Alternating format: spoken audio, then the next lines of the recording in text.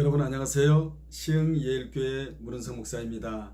저는 이 시간 여호와의 속성 네 번째 시간으로 거룩에 대한 말씀을 전하도록 하겠습니다. 본문은 레위기 11장 44절로 45절입니다. 거기에 보면 나는 여호와 너희 하나님이라 내가 거룩하니 너희도 몸을 구별하여 거룩하게 하고 땅에 기는 길 짐승으로 말미암아 스스로 더럽히지 말라. 나는 너희 하나님이 되려고 너희를 애굽 땅에서 인도하여 낸 여호와라. 내가 거룩하니 너희도 거룩할지어다 라고 말씀하셨습니다. 이 거룩의 속성에서 나온 것이 바로 구별입니다. 그리고 거룩은 성화를 요구합니다. 거룩은 히브리어로 카도시라고 합니다. 이 단어의 원뜻을 한마디로 말하면 분리라는 뜻입니다. 즉 모든 죄악된 것과 부정한 것으로부터 분리된 상태가 곧 거룩입니다. 하나님이 내가 거룩하니 너희도 거룩하라고 명령하시는 것은 하나님은 본질적으로 죄악된 속성과는 아예 분리된 거룩하신 분이시기 때문입니다. 그러므로 그 거룩하신 하나님과 교제하는 백성 역시 반드시 거룩한 백성이어야 합니다. 바로 이 거룩을 위하여 구약시대 정결법이 제정된 것입니다. 이런 의미에서 오늘 읽어드린 본문은 모든 죄악되고 부정한 것들로부터 자신을 깨끗이 분리시키라는 정결법과 같은 말씀인 것입니다. 그러므로 믿는 자는 이 정결법을 잘 지켜야 거룩을 유지할 수가 있는 것이지요. 거룩하신 하나님께서 이스라엘을 애굽으로부터 구출해낸 이유는 그들의 하나님이 되시기 위해서였습니다.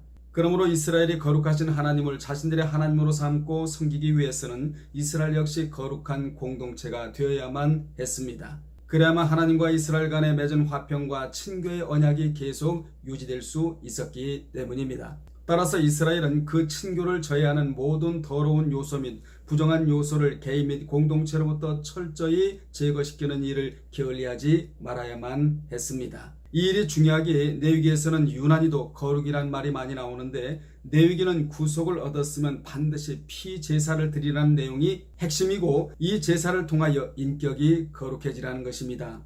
이 제사를 통하여 하나님은 죄가 없으시고 죄를 미워하시며 죄를 제거하시는 거룩하신 하나님이심을 배우라는 것입니다.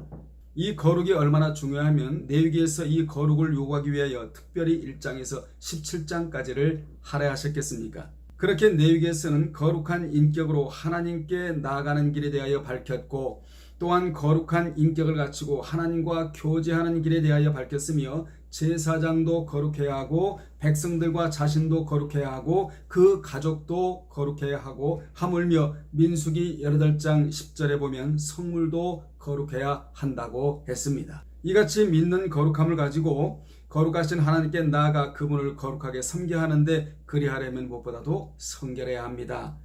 그래서 구약의 백성들이 여호와께 나아가려면 규정된 제물, 규정된 제사장 제도를 통하여 나아갈 수가 있었던 것입니다.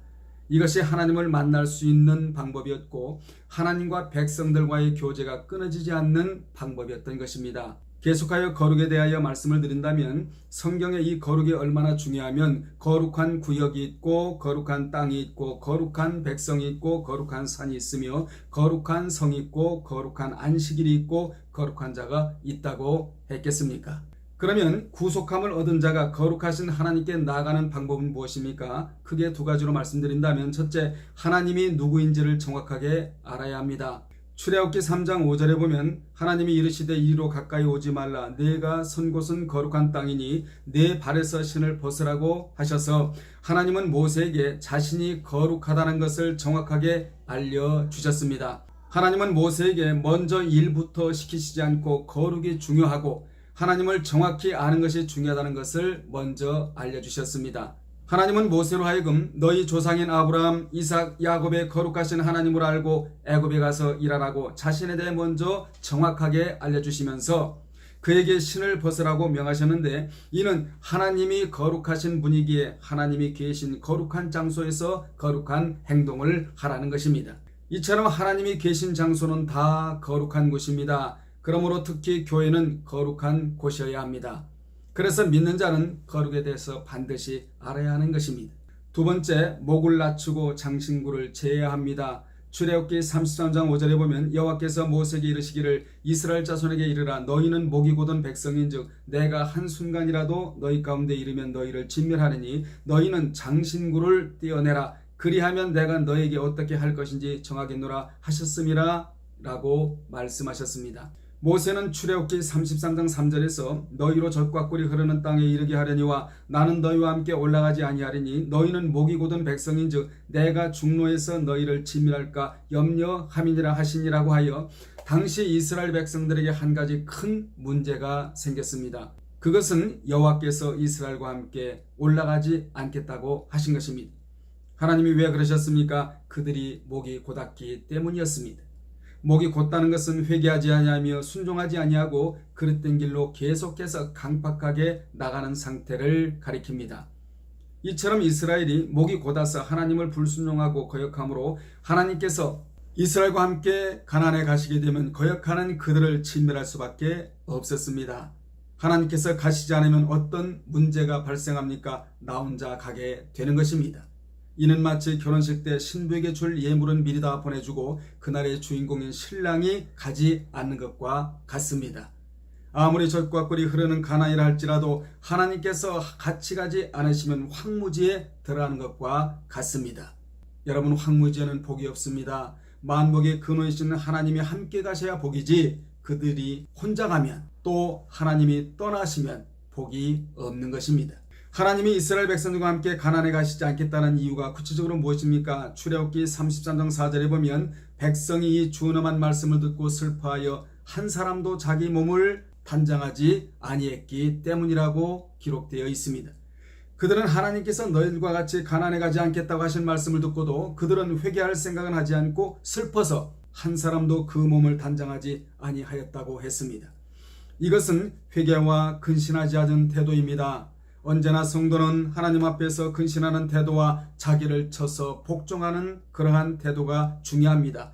또 자기절을 회개하는 태도를 갖는 것이 하나님의 긍휼과 은혜를 받는 길입니다.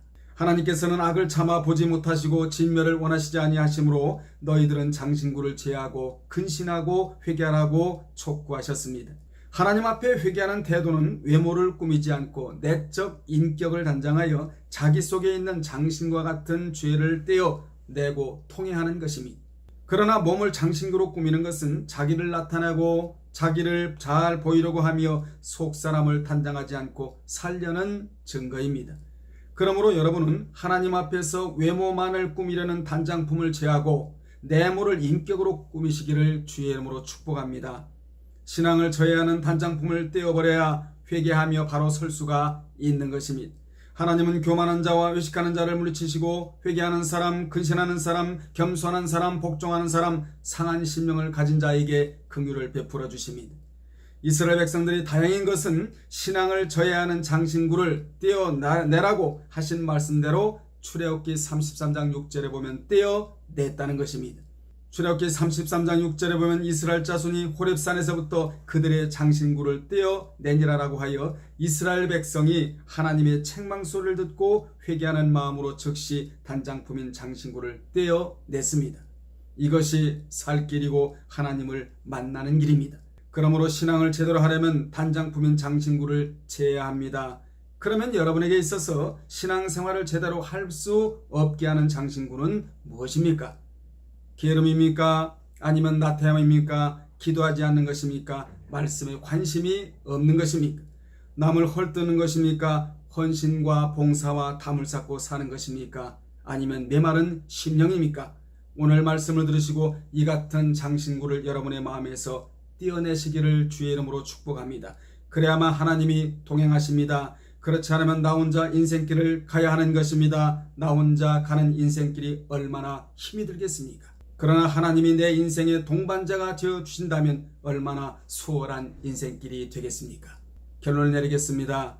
거룩하다라는 말은 하기오스로 이는 성도에게 쓰이는 단어로 성도는 신에게 바쳐진 자, 즉 봉헌된 자, 구별된 자, 선과 악을 분별하는 자, 즉 죄를 미워하는 자인데 이런 자를 이름하여 성도라고 하는 것입니다. 여러분은 아예 하나님께 봉헌되었다고 믿고 살아가시기를 바랍니다. 그러면 영적으로 걱정이 없습니다. 여러분의 가정과 자녀들이 하나님께 봉헌되시기를 주님의 이름으로 축복합니다. 뿐만 아니라 하나님의 주권 속에 들어가 있기를 주님의 이름으로 축복합니다. 말씀을 마치면서 여러분이 거룩한 성도가 되었다는 것은 대단한 것입니다. 성도의 특징은 신앙 공동체 속에서 화평함과 거룩함을 쫓는 자입니다. 교회에서 가장 중요한 덕목은 화평함과 거룩함을 쫓는 것입니다. 여러분은 이 같은 행위를 일삼는 주님의 거룩한 백성들이 되시기를 주님의 이름으로 축복합니다. 다음에 또 말씀을 전해드리도록 하겠습니다. 여러분 주 안에서 평안하십시오.